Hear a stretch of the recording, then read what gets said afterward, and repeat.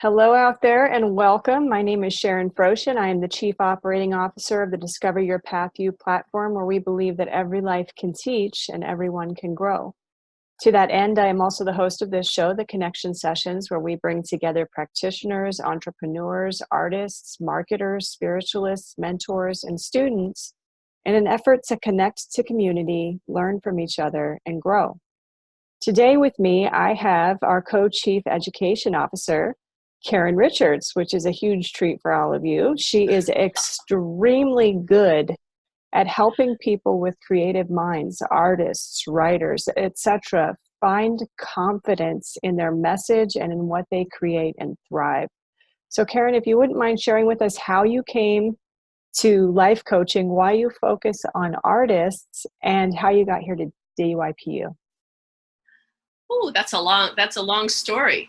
Well, I've had several careers during my long life. My first one was in sales and marketing, which I loved. And then when was raising my children, I went into my teaching career, which my undergrad was in art and education. So I decided that was a great career to pursue while I was raising my family.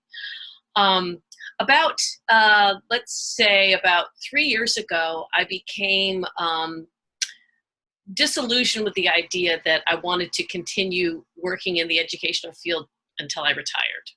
And I had already been experiencing life coaching by being coached by some really wonderful people. And I was seeing the commonality between teaching and coaching and began to study it myself. And was starting off with a creativity business where I was teaching people how to find out their way of painting or their way of collage, or just helping people experiment. Actually putting people back in the sandbox with me to play around. Let's play in the art room, because I was an art teacher the whole time. I don't think I mentioned that. And what I discovered was that there was a common thread in everyone I worked with, whether it was a student in the classroom or an adult student in a workshop, was the lack of confidence, the self-doubt in people's innate creative abilities, which I believe we all have. We just have chosen at some point in our life to repress that. And yet that desire, the older we get, the more it begins to bubble up to the surface.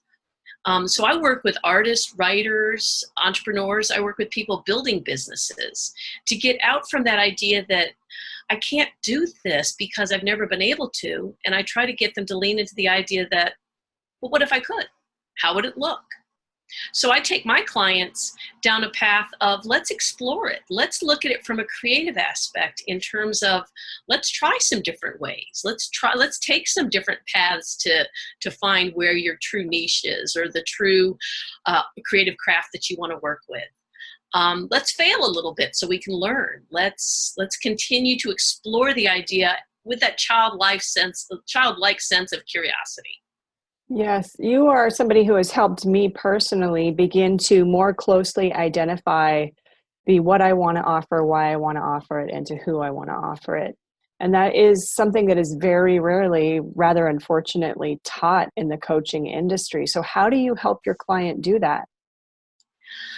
I try to help my client think about the idea that, who do you want to be to your audience, whether it's the people that would buy your book or buy your art. Who do you want to be to that person? How do you want to make them feel? What is it that really gets you excited in the morning when you get up? You know, is it going to that job that doesn't inspire you? Or is the idea that when I come home from that job, I get to play with my paint, or I get to work on the next chapter of my book? I want people to be excited about the next part of their life, whether they're choosing to leave a career and start a new one, or if they're choosing to enhance the career that they have by adding a more creative bend to it. So to stop living in that, what's the word? This is the best I can do. I want them to see, how can you make it more inspiring? How can your life become more inspiring and more fulfilling by unlocking creatively what it is that you've always wanted to do, right?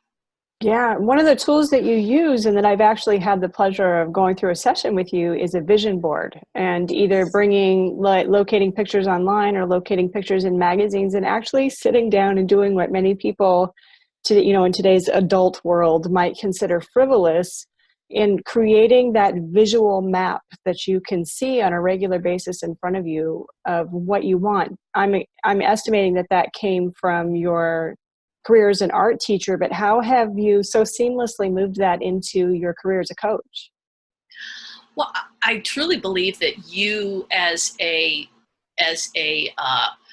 entrepreneur or an artist need to begin to anchor yourself to some of the ideas that are floating around in your head. And I learned vision boarding years ago. I mean, Oprah's been doing these for years. Brene Brown, Ellen DeGeneres does vision boards in order to attract those things into your life that you most want to have. A vision board for me is not a literal representation of what you want. It's the idea that you want to begin to attract your ideal life. So that by having a vision board that gives you a visual reminder of the things that you would like to have more of in your life, you then begin to position yourself in situations that are going to allow those things to come to you. For example, if you want to experience more relaxation in your life or more peace, you may find an image of a person on a yoga mat. And so sometimes you get the literal representation where you're sitting on the yoga mat like that, or sometimes you just simply go into the feeling of, okay, I want this in my life. I mean, I have vision boards that are in my view from right here that are all about what I wanted to accomplish in this past year. I also encourage my clients to do quarterly vision boards, thinking about what your quarter, what you want it to look like. What are the things that you want to attract in your life? What are the things you want to focus on? So that every day they're not focusing on what they don't have. They're focusing on where their vision is taking them. That's so powerful. I think so. One of the things that is so important about your business is that every human being on earth has a message to share. And yet we internally critique that and just pound it down. And so we're afraid to even speak at all. And then the power of that message that our audience, everybody has an audience somewhere, is just dying to hear gets lost. So how do you help your clients regain that trust in themselves and in their own unique message? How do I do it? I mean, I am not your linear style coach at all. I'm a very organic style coach.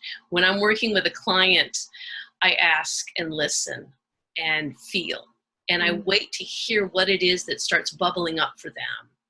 And my favorite question to always ask is, what if you did know the answer to that problem? Because when you ask a client a question like that, they go, well, if I did know, this is what I might do. And it begins I see those creative wheels begin to turn. Yeah.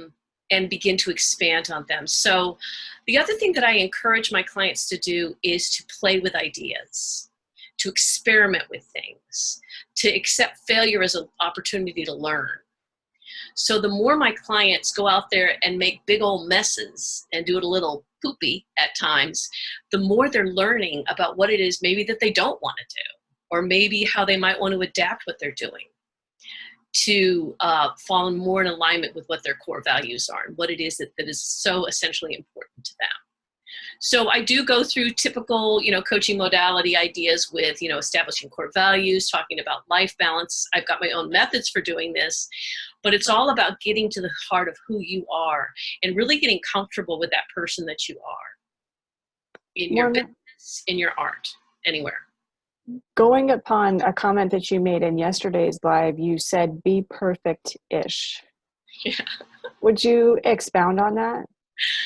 Perfect-ish is striving for a high level of achievement, but accepting the fact that it's never going to be perfect. It's just going to be perfect-ish. For right now, this is the best I've got. I put all of my effort in. In other words, when people strive for perfection and they don't hit the mark, say this is perfection, they don't hit the mark, they feel like failures. But what I try to encourage my students and my clients to understand is that as long as you're going toward your ideal, even if you don't hit it, you're hitting perfect-ish, because you're not giving up. You're continuing to strive for that high ideal that you may have set for yourself.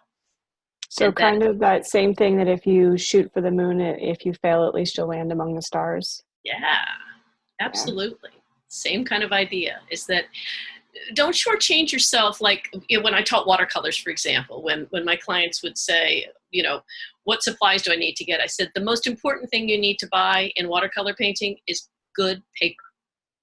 Because if you paint on bad paper, you're going to get bad results. Good point.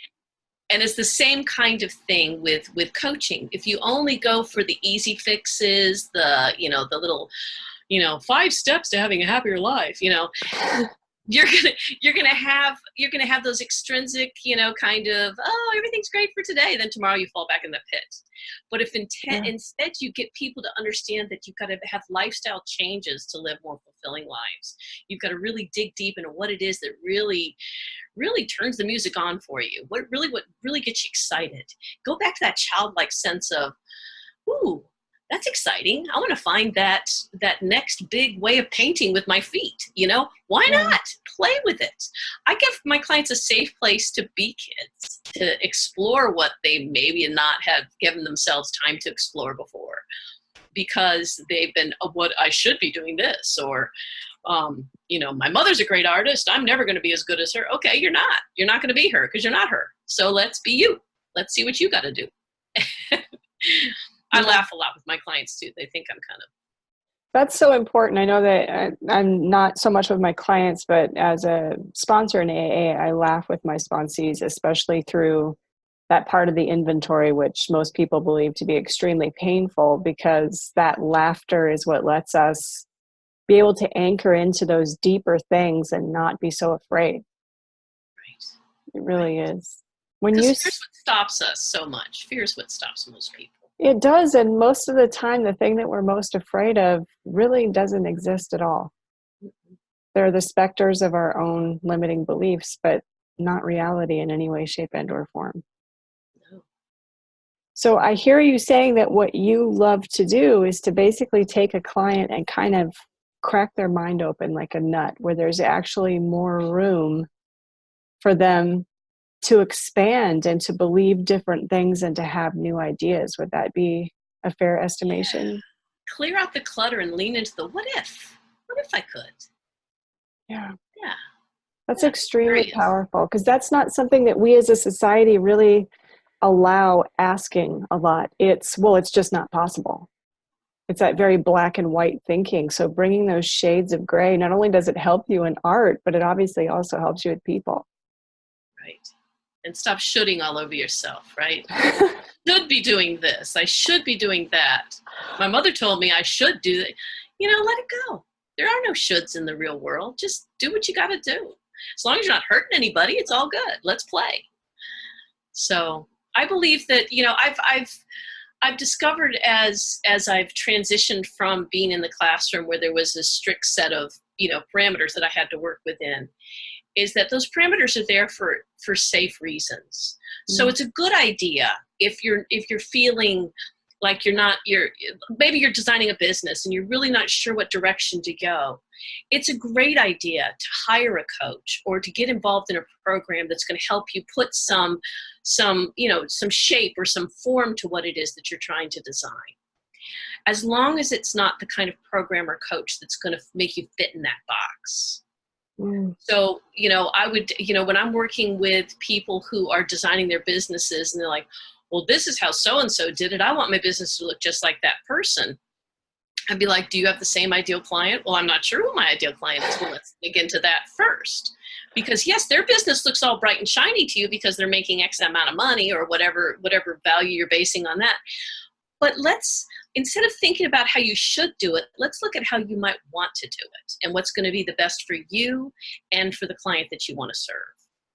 It's really interesting. Joseph Campbell, who was a prolific mythologist from the 20th century, taught extensively about how when you learn or when you grow, don't do it for mom and dad, because mom and dad have a completely different function in your life than you do. Mom and dad spend 18 years raising you and keeping you safe. And even after you go away to college, and he taught college for over 4 decades, even then, the purpose behind sending you to college is a safe future, is making sure that you're taken care of. And if you surrender to what mom and dad want now, you will never find your bliss. So how would you help a client who's really clung to the belief systems of somebody who has a counterintuitive role in their lives right now? Oh, I've dealt with clients that have that issue. And the way that I've approached it with them is, let's pretend like that's not an obstacle. I love it. I play a lot of games with my clients, and let's just pretend that that's not an obstacle. Let's pretend that your mother approves of everything you do. And, that how would it feel for you to explore this if you knew there were no limitations? Where would be the first place that you would want to explore? And usually that starts cooking up some ideas about things they want to play around with. Yeah. So I'm a very task-oriented coach too. My clients always have homework. I'm always like, okay, here's what you're going to need to report to me on. Mm-hmm. By the end of this week, I want to hear about what kind of experiences you've had in adopting the idea that, what if I didn't have to worry about someone's approval? How would I act? And that's when I get reports from my client. I'm dancing at the grocery store. That's awesome right there.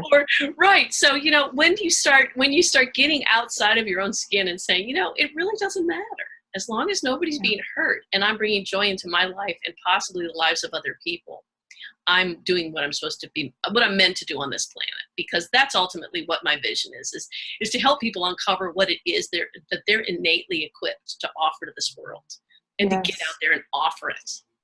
I love about you that you are a coach who allows. You allow for failure. You allow for changes. You allow for one of my favorite sayings in AA is stay loose for change. You allow that loose space where we can change. And you yourself right now in your own coaching business are involved in basically changing your own ideal clients. And if I understood correctly from the conversation that we had previously, it's somewhat related to a new book out by the same author who put out The Artist's Way, Julie Cameron, right? Mm-hmm. Yes, she put out a book. It's now I can't think of the name of it, but it's all about the next journey, your legacy career. What is it that you want to do that you've never given yourself permission to do because you've been so busy doing the adulting? So now that you're an adult and you might have the time and the opportunity because you've invested a lot of energy into a previous job, so you may not have the financial constraints that would require you to stay in that job. What would you do? Are you going to sit on the sofa and watch Netflix, or are you going to get out there and be a part of the world? And I try to help people look for their next opportunity. This is my legacy career. I plan on doing it for 10 years and then who knows? We'll see how it's going back then, up in that point. But my whole point is that I'm not ready to retire my creative spirit and my ability to teach people how to push themselves to the next level. So, and that's what Julia Cameron really does foster in people, is the idea that this is just the next chapter. I mean, the society now, we live to be very elderly people. Yeah. And I mean, my father will be 95 next month. And I'm like, yeah, great genes. But I want to be like him and have a fulfilling life all the way through it. And maybe changing careers here and there is a great thing.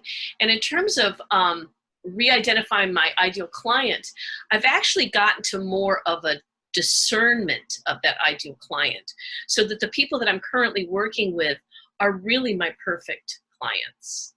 They are the kind of people that have opened themselves up to working with me and have just made these amazing adventures out of their lives.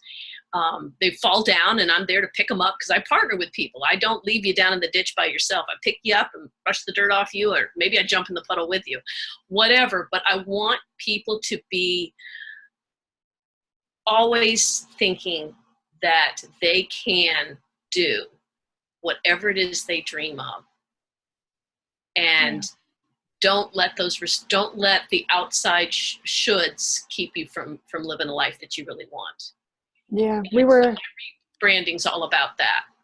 In our board meeting this morning, we were talking about Brene Brown and her video on Netflix. I believe it's A Call to Courage.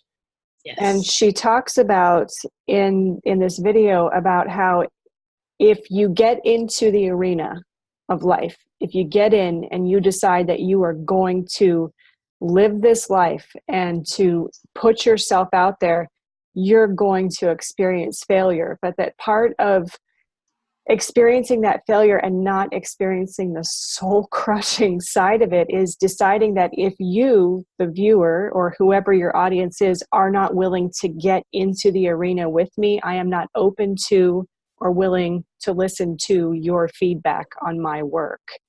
And I love how powerfully you convey that to your clients, that you don't let the people in the cheap seats cut your legs out from underneath you and hold on to that feedback. So where did the idea, long before A Call to Courage came out, did you come up with something that profound, and how do you weave that into the lives of your clients? Because that's me.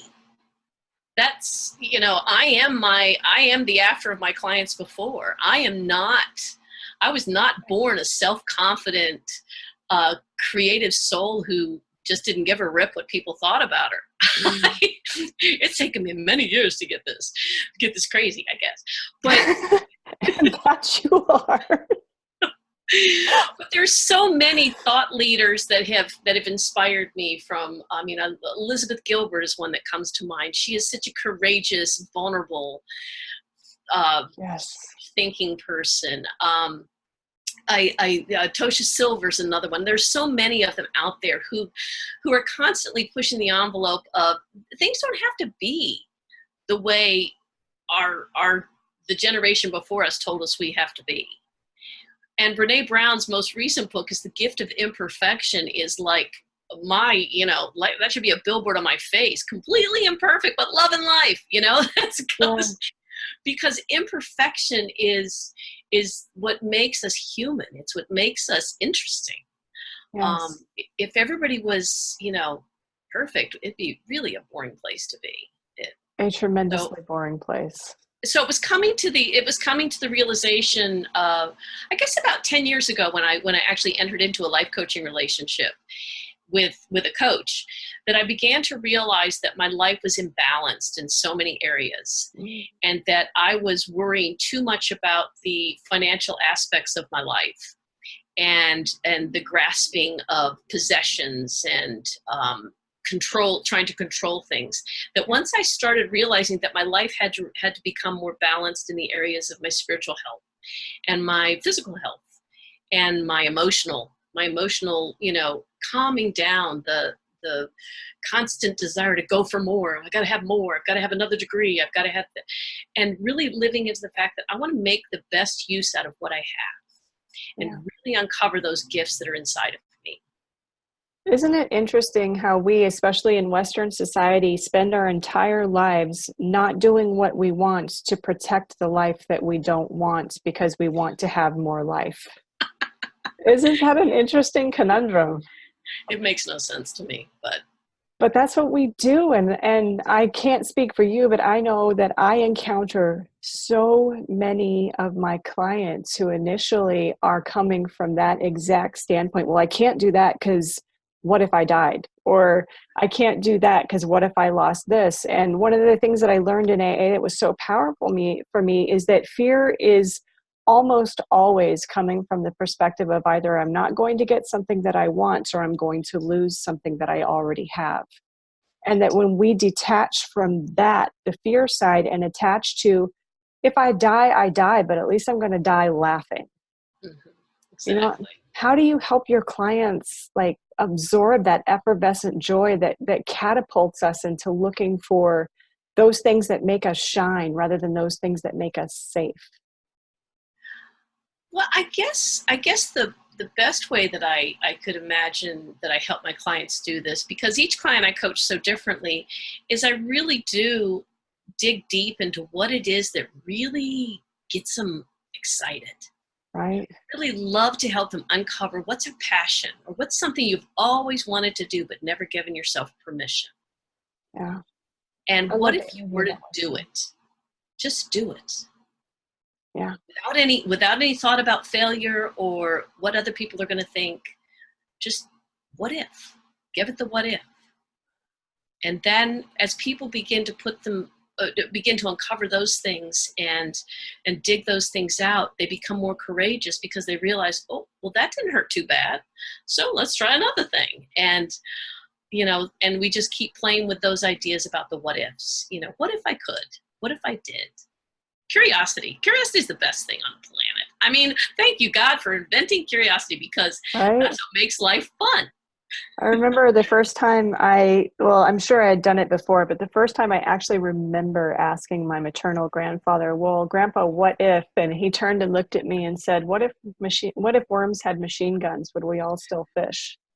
And it was like, it just like totally threw me for a loop, but it helped me to understand that those what if questions are just designed to keep us locked in a pattern rather than exploring outside of it, or what we might want, what might be possible. So that's one of my favorite things about you as a coach. And I've had the absolute pleasure of experiencing you as a coach. I've had the pleasure of experiencing you during your vision boards, which are profoundly incredible. And if you had any parting words to our audience here, we have Monique, we have Andrea, we have Margaret.